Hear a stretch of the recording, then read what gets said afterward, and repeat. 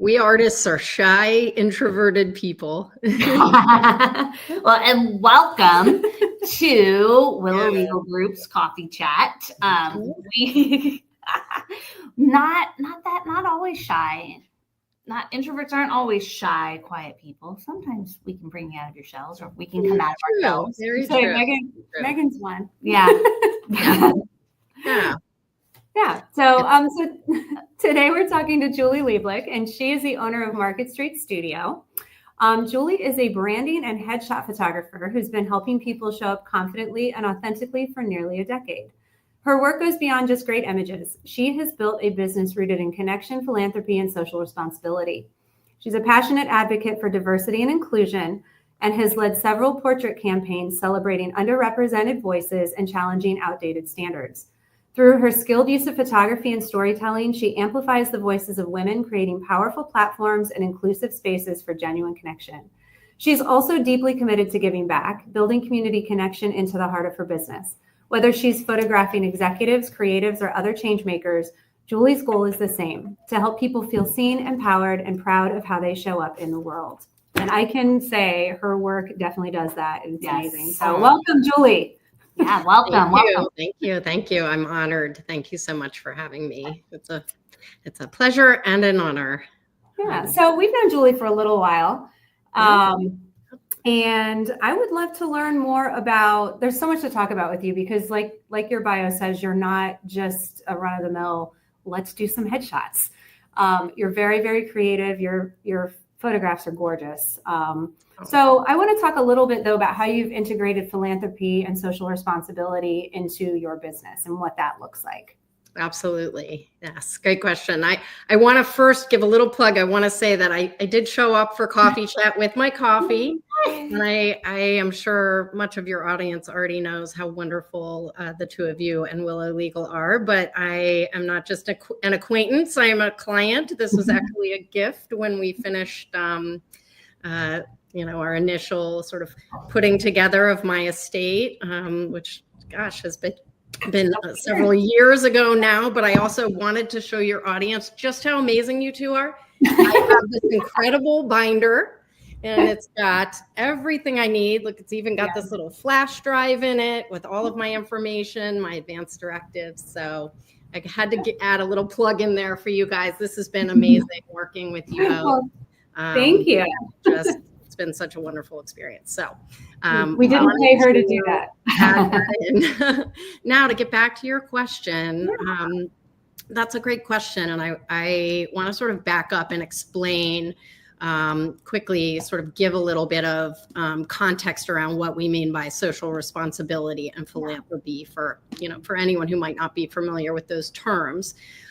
Social responsibility, broadly speaking, refers to the idea that individuals or organizations have an ethical obligation to act in ways that benefit society and even the environment, even if it may not directly benefit them financially. So it's really about, balancing personal or business interests with the well-being of others.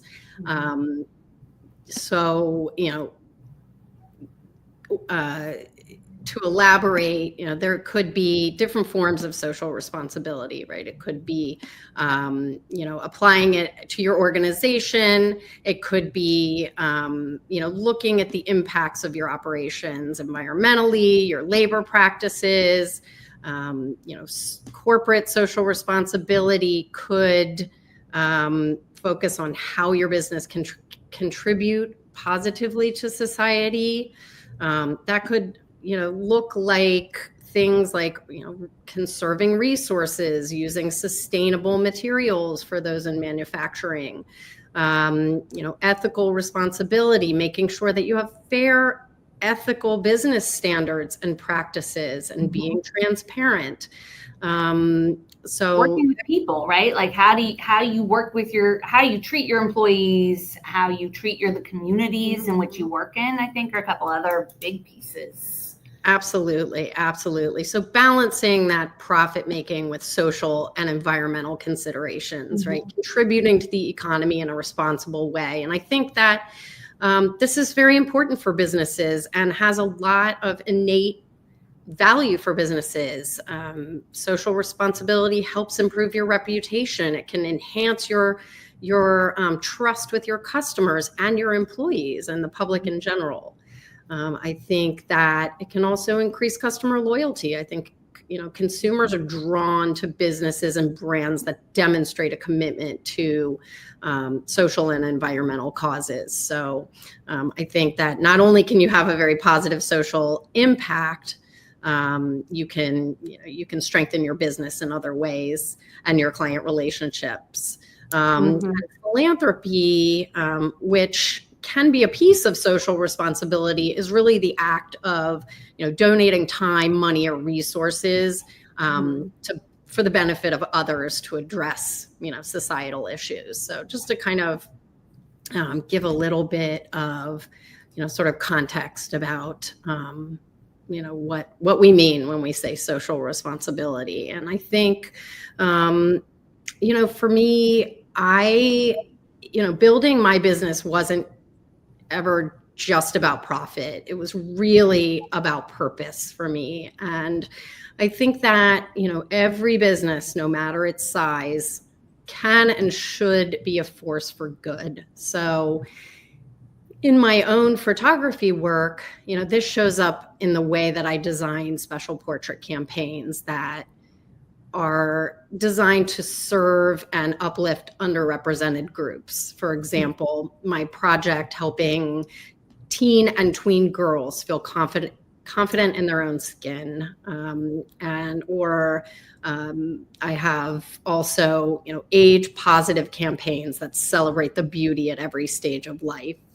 I think that weaving small acts of service into your everyday business, whether it's as straightforward as giving back a portion of your profit, supporting local charities, using your platform to highlight meaningful causes. And when you think of your business as part of our larger community, you naturally begin to find ways to contribute and make a difference. And I think that one of the best pieces is that doing good and making a profit are not mutually exclusive, and that they can and should be things that grow together. Yeah. Thinking the phrase we were chatting about earlier today, be a good human, right? And be a good human to the other humans you work with, but also like the community at large, right? Absolutely. So, tell us a little bit about kind of building on this social responsibility and not just, profit, but wealth, right? And building emotional wealth, community wealth, and just that, how do you capture and create that? Yeah, absolutely. And I think for me, emotional wealth means nurturing the parts of ourself that bring fulfillment, lasting fulfillment, like confidence, peace of mind, a sense of purpose. It's really about doing work that feels aligned with who you are and creating a space for reflection, for rest, and really feeling grounded in your own self-worth regardless of external success. So as a photographer, I have seen firsthand how powerful it can be when someone sees themselves with fresh eyes, when they feel seen, not just visually, but emotionally. And I think that kind of self-recognition helps build real lasting confidence. And for me, that is a very big piece of my emotional sort of wealth and health. Yeah. So, and I think in the community wealth space, right, we've seen you bring together community, bring together women to network and build businesses and have that time. And it's so important. Absolutely. Something that I don't think, especially female business owners, take enough time to take a break from the work of running in and running the business in general, and just having fun. Mm-hmm. So you do an excellent job of trying to help us all get out of the office. And make some connections and have fun. Yeah, I mean, if you want to talk a little bit about that initiative that you have, the group that you've kind of started, that'd be great. Yeah, sure. I'd be happy to. I run a small but mighty and growing women's network called Thrive Together Women's Business Network. It's organized through a Facebook group if anybody wants to join. And the idea really is it's very informal. I was doing quite a bit of networking in various formats, everything from your sort of very structured, like business roundtable, business leaders, even organized meetings, similar to things like chambers or BNI, and enjoying all of the different formats of networking, and also feeling like I had seen my own client community grow over the last nearly decade in business, and wanting to find a way to sort of nurture that community, to give back to all of these incredible women who are out here in their own rights doing incredible work, but also share this common value of wanting to support and uplift other women in the community, and wanting to make that very accessible. So I started this group really as less of a structured networking group, as a place where I could sponsor events and organize gatherings where women could come and meet each other, women who are of this mindset that business and profit aside, we all benefit. Our community, our greater community, benefits from when women support and uplift other women. So I try as often as possible to host very accessible, either low cost or no cost events where women can come and meet other women with this idea of supporting and uplifting other women, of cheerleading for other women. I think naturally what has occurred is friendships have developed, and so not only is it a place where people can look for resources in our community when they need an estate planning attorney or a photographer or a nutrition coach or whatever it might be, a CPA, where we can really also spend some time just reinforcing friendship and connection, and of course also with the idea that we can make a greater impact as a community when we do things together. So that's what Thrive is all about. That's awesome. Sorry, trying to get comfortable. So one of the other things that you mentioned earlier was just empathy and conflict resolution, and kind of how you can kind of use empathy in a way to resolve conflict. So tell us a little bit more about that. Absolutely. I think that this is a great question, and I really started digging into the importance of empathy as a sort of tool and a mindset in business after I began working with my business coach, who's a wonderful photographer and educator out of Florida. Her name is Megan DePiro, and she actually wrote a book that focuses on empathy, approaching your clients and your business with an empathy approach. And I think that it's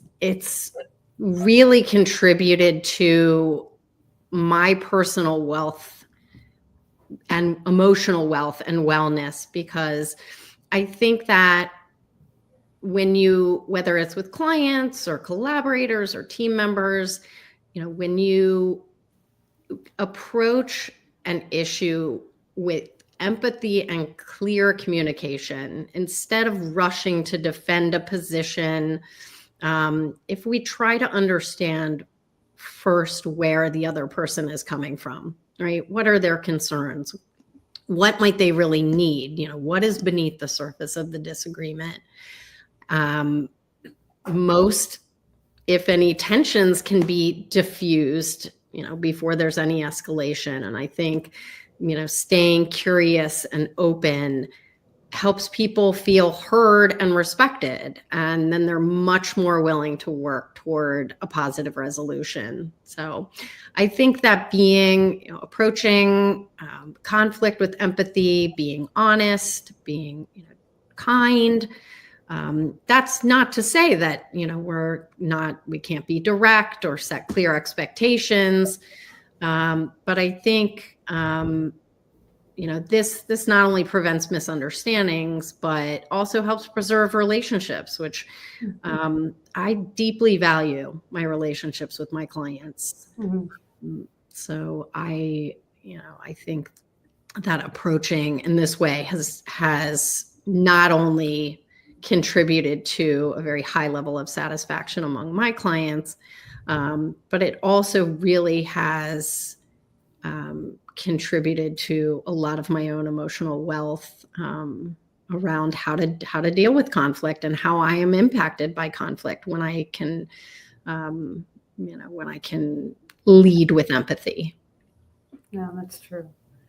Awesome. So let's see, which one do I want to ask her? What's one piece of advice that you wish more people understood? I'm just going to say when it comes to, I guess, like a photography session in general. I know you're not just your regular, like, run-of-the-mill photographer. You've got very kind of targeted projects and clientele. But what's one thing that you wish kind of people understood? Wow, that's a great question. I think that, generally speaking, I think that it's important to be able to educate yourself a little bit around, what are the questions that you should be asking a photographer when you're interviewing them. Obviously there's a huge range in the types of photography that people do.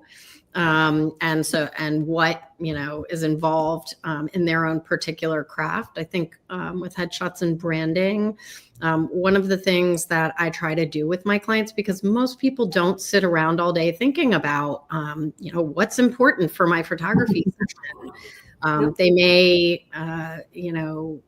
have things that they are concerned about or nervous about, but I think having a really good in-depth conversation over the phone, not necessarily via text or email, but I think that a photographer who's willing to pick up the phone and really talk to you and get a broader understanding of your needs and your vision is really important. So I think you should be having that initial conversation with your photographer or photographers before you're deciding who to work with. And I really think that people should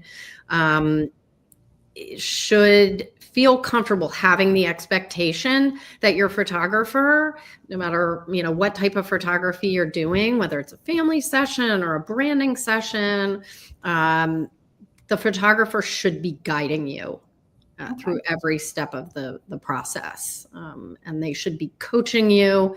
And one of the things that I hear, time and time again from people is that they have had previous experiences that were not necessarily good experiences. And part of that, the feeling came from the fact that they really felt like they weren't being guided by their photographer. So I would say, make sure that, you're working with somebody that really has the experience to ask you the right questions. They should be identifying, in the case of headshots and branding, they should really be digging into your business to understand your business, your vision, your goals. For example, how you're going to use your images is very important. That's an important question your photographer should be asking you. Are you going to be putting this on a billboard? Is it for a website? Are you doing speaking engagements? Are you sitting on boards? So through... Are you going to be on the side of a bus? Right. I'm waiting for you guys to call me for your billboard. And I don't know if we're going to do a billboard, but we are going to. All right, maybe the bus. But yeah, it's really important that you're working with somebody who has a really well-rounded knowledge of all of the things that go into making a session successful, which could be anything from coaching you on your wardrobe, which is going to make a huge difference. And again, most people don't sit around all day thinking about what looks good in a portrait, but I do. Right. And a skilled photographer is going to be able to give you some guidance there, right? They're also going to understand posing, and they're not just going to understand posing for one body type, right? They're going to understand posing for a range of body types.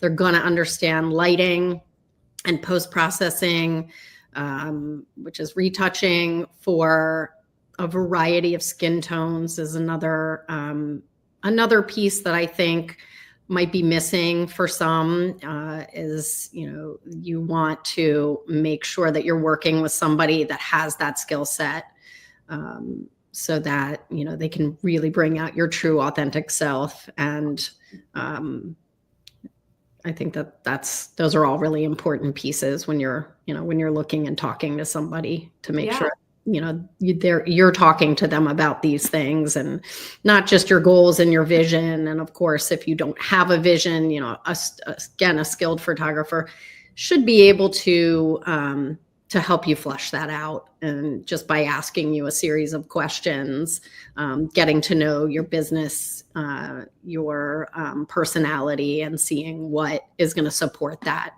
right? And what kind of conversation you want to have with your audience. That's another piece that I coach all of my branding clients on, is to really think about what is the conversation that you want to have with people, whether it's through social media conversations, whether it's through your website, whether it's through marketing collateral. What do you want to talk about? If you are a health and fitness expert, what are the issues that you actually want to talk about on your website or in your social media? Do you want to talk about hydration? Do you want to talk about, sleep, etc.? So making sure that you're working with somebody that can really help you flush out those important questions. Perfect. I know it's not just like hit Google and pick somebody, have a conversation. Right. Absolutely. And you really want somebody that's going to take the time to have that conversation with you, because photography is not a one size fits all. Definitely. And one more question. So our last question is, what's one thing that you couldn't live without in your day-to-day life?